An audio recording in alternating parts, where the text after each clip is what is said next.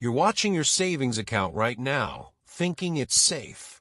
Meanwhile, across the Pacific, millions of Chinese citizens just learned their rural banks froze their deposits overnight. And here's the terrifying part. This isn't some isolated incident. This is the beginning of a financial avalanche that could reshape the global economy as we know it. What you're about to discover will fundamentally change how you think about economic stability, because what's happening to China's rural banks isn't just their problem anymore. It's about to become everyone's problem. Before we dive deep into this financial crisis that's unfolding in real time, do me a favor.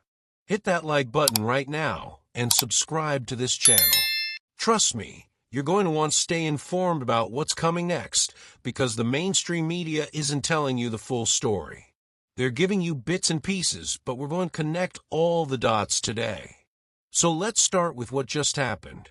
China's government recently announced they're easing property ownership rules. On the surface, this sounds like good news, right? Developer shares actually rebounded. The stock market showed some green. Financial analysts started cautiously optimistic headlines.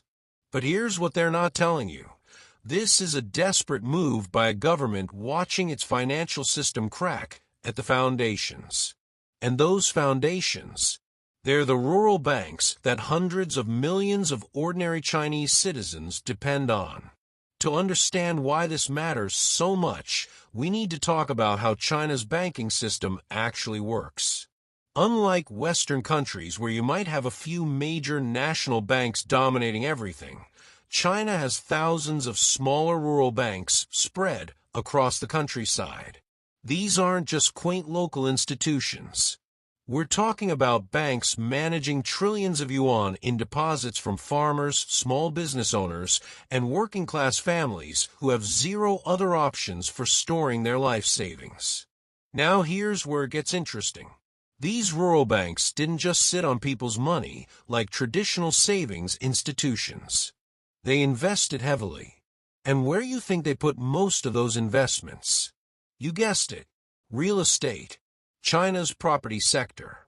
The same sector that's currently experiencing the most catastrophic collapse since the country opened up to market reforms over 40 years ago. Let's put some numbers on this catastrophe. Evergrande, once China's second-largest property developer, defaulted on more than $300 billion in debt. $300 billion. That's not a typo. Country Garden, another giant developer, followed suit with its own massive default exceeding $190 billion. These aren't just corporate failures. These are extinction-level events for companies that employed millions and built cities from nothing. But wait, there's more. And this is where your attention needs to sharpen, because this affects you even if you've never set foot in China. These rural banks loan massive amounts of money to these property developers. They bought bonds. They invested in real estate projects. They essentially bet the farm, literally, on China's property market continuing its 3-decade boom. That bet has now spectacularly failed. In June of 2022, something unprecedented happened. Protests erupted across Hunan province. Not political protests. Not demanding democracy or freedom of speech. These were depositors demanding access to their own money. Their rural banks had frozen withdrawals. Just stopped letting people access their life savings. Imagine waking up one morning and discovering you can't withdraw money from your account.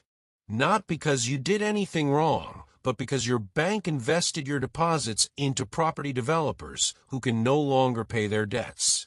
The Chinese government responded by sending in police. They used force to disperse protesters. But here's the critical detail that should terrify anyone paying attention. They also paid out some depositors. Not all. Some. They essentially picked winners and losers among ordinary citizens who had done nothing wrong except trust the banking system their government told them was safe. Now, let's connect this to the recent policy change about property rules. China's government announced they're making it easier to buy property. They're reducing down payment requirements. They're easing restrictions on who can purchase homes in major cities. Developer shares jumped on this news. Sunac China Holdings saw shares rise by over 9% in a single day. China Vanke climbed more than 6%. Long for group properties increased by nearly 5%. Sounds good, right? Economic stimulus. Government intervention saving the day. Except here's the reality. This is like putting a Band-Aid on a bullet wound. The Chinese property market isn't suffering from a temporary slowdown. It's experiencing a fundamental correction after decades of unsustainable growth fueled by speculation, corruption, and a cultural obsession with real estate as the only legitimate investment vehicle. Let me paint you a picture of just how insane China's property bubble became. In cities across China, you can find entire neighborhoods, massive residential complexes with thousands of units standing completely empty. Ghost cities, buildings that were constructed, sold as investments, but never actually lived in. Developers kept building because local governments needed the revenue from land sales. Banks kept lending because the property sector represented nearly 30% of China's entire economy. And ordinary citizens kept buying because they had nowhere else to put their savings. China's stock market? Historically volatile and manipulated. Foreign investments? Restricted and risky. Gold? Limited access and government controls. Real estate became the only game in town for wealth preservation. Chinese families would buy multiple properties, not to live in, but simply to store wealth. Grandparents would pool resources with children and grandchildren to purchase apartments as family investments. This created a vicious cycle. As property prices rose, more people felt compelled to buy before prices rose further. This demand pushed prices even higher. Developers borrowed more to build more. Banks lent more because property seemed like a sure thing. And rural banks, desperate to offer competitive returns to depositors, invested more heavily in this sector than they should have. Now that cycle has reversed. And reversals in financial markets don't happen gradually. They happen suddenly, violently, and with devastating consequences for those caught on the wrong side. Let's talk about what this means for China's rural banks specifically. These institutions are now holding assets, primarily property-related investments and loans, that are worth a fraction of what they paid for them. A property development loan made 3 years ago based on land valued at 10 million yuan might now be secured by land worth 3 million yuan. The developer can't complete the project. The project can't be sold. The loan can't be repaid. And the bank can't give depositors their money back. This isn't theoretical. The China Banking and Insurance Regulatory Commission, that's the government body overseeing financial institutions, has already taken control of multiple rural banks. They've seized institutions in Hunan, Anhui, Shandong, and other provinces. Each seizure represents thousands or tens of thousands of depositors who suddenly have no access to their savings. The Chinese government faces an impossible choice. Option 1. Bail out all the rural banks, guarantee all deposits, and essentially socialize the losses from the property sector collapse. This would cost trillions of yuan and potentially trigger inflation as they print money to cover obligations. Option 2. Let the banks fail, let depositors lose their savings and risk social instability on a scale that could threaten the Communist Party's grip on power. They've chosen a middle path. Selective bailouts, strategic interventions, and policy changes like these new property rules designed to restart demand and stabilize prices. But here's why this won't work. Chinese citizens aren't stupid. They've watched Evergrande collapse. They've seen Country Garden default. They've witnessed their neighbors unable to access bank deposits. They've observed unfinished apartment buildings sitting abandoned across their cities. No amount of policy easing will convince someone to take on massive debt to buy property when they've just witnessed the biggest property bubble in human history begin to deflate. It's like asking someone to catch a falling knife. Sure, eventually the knife hits the ground and stops falling. But trying to catch it on the way down just gets you cut. Let's zoom out and look at the bigger picture. China's economy grew at an average rate of around 10% annually for 3 decades. That's unprecedented in modern economic history. But that growth was built on several foundations that are now crumbling. Cheap labor. China's working-age population is shrinking. Infrastructure investment. They've already built enough high-speed rail, highways, and airports for a country twice their size. Export manufacturing. Supply chains are diversifying away from China after COVID-19 exposed the risks of overdependence. And property development? That engine of growth has not just stalled but shifted into reverse. This matters globally because China isn't just another country. It's the world's second-largest economy. It's the largest trading partner for over 120 countries. It's the biggest consumer of commodities from oil to iron or to soybeans. When China's economy stumbles, commodity prices fall, affecting producers in Australia, Brazil, and Africa. When Chinese consumers stop spending, luxury brands in Europe and technology companies in America feel the impact. But there's an even more direct connection to your life, regardless of where you live. China holds over $3 trillion in foreign exchange reserves. Much of that is invested in U.S. Treasury bonds and other foreign assets. If China needs to liquidate those holdings to shore up its domestic banking system, that could affect interest rates, currency values, and investment returns worldwide. Let's talk about the human cost of this crisis, because numbers and statistics can make us forget we're talking about real people's lives. Imagine you're a farmer in rural Henan province. You've worked your entire life, saved diligently, and deposited your money in the local rural bank because that's what everyone does. That's what you're supposed to do. Your government told you it was safe. Your neighbors did the same thing.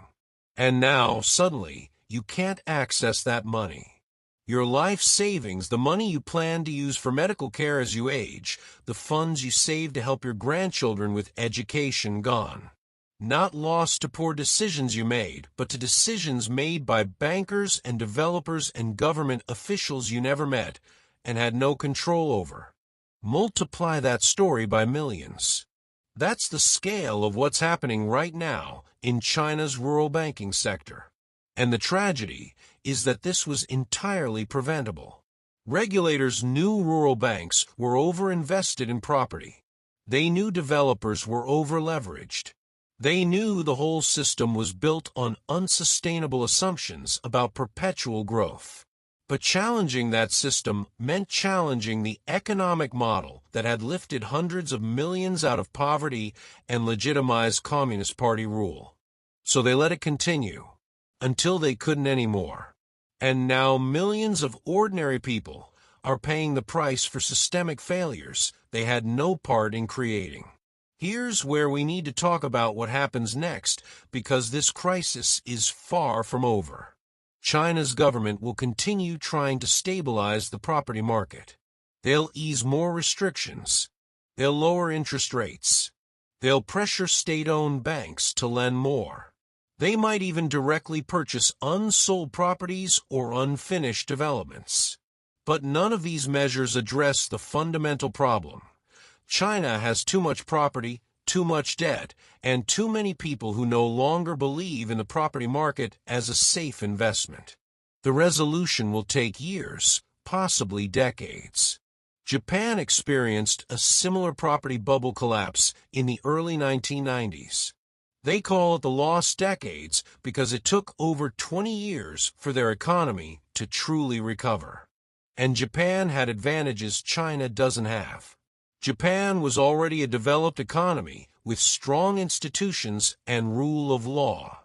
Japan had demographic momentum with a younger population. Japan had the support of the United States and Western allies during its recovery. China faces its crisis while simultaneously dealing with an aging population, rising geopolitical tensions, and increasing economic decoupling from Western markets. For the rural banks specifically, the outlook is grim. Many will be consolidated, merged into larger institutions, or simply wound down. Depositors will eventually get some of their money back, probably not all, and probably not for years. The trust that rural Chinese citizens had in their financial system has been shattered. That trust won't return quickly or easily. And here's the global implication that should concern everyone watching this video. When hundreds of millions of Chinese citizens lose faith in their banking system, they look for alternatives. Some will try to move money overseas, increasing capital flight pressures. Some will reduce consumption, impacting global companies that depend on Chinese consumers. Some will demand political accountability, potentially creating instability that affects China's role in global supply chains and geopolitics. We're watching a slow-motion financial crisis unfold in the world's most populous country and second-largest economy. The initial tremors have already been felt. Rural bank failures, developer defaults, property price declines. But the main earthquake may still be coming. And when it hits, the shockwaves will reach every corner of the global economy. So what should you take away from all this? First, understand that what happens in China doesn't stay in China. We live in an interconnected global economy where financial instability in one major economy inevitably spreads. Second, recognize that property bubbles always end badly. Always. The only question is when and how severe the correction will be. And third, remember that financial systems are built on trust. When that trust is broken, rebuilding it takes time, transparency, and accountability. China's rural banking crisis has broken trust on a massive scale. If you found this information valuable, and I really hope you did because this is the kind of analysis you won't get from mainstream financial media, make sure you're subscribed to this channel. Hit that notification bell because we're going to continue following this story as it develops. The China financial crisis isn't going away. It's going to be the defining economic story of this decade. And you need to stay informed about how it might affect your investments, your job, your future. Leave a comment below telling me what you think. Are you worried about China's banking crisis spreading globally? Do you think the Chinese government can successfully manage this situation? What do you think happens next? I read every comment, and your insights help shape future videos. The collapse of China's rural banks isn't just a distant news story about a country most of us will never visit. It's a warning sign about the fragility of financial systems built on unsustainable growth and excessive debt. It's a reminder that what goes up must come down, especially when it's been inflated by speculation rather than genuine value creation. And it's a preview of the kind of economic disruption we might see more of in the coming years as other bubbles in other markets potentially face their own day of reckoning. Stay informed, stay prepared, and most importantly, stay skeptical when anyone tells you a particular investment or market can only go up. Because as millions of Chinese depositors are learning right now, gravity always wins eventually. Thanks for watching, and I'll see you in the next video.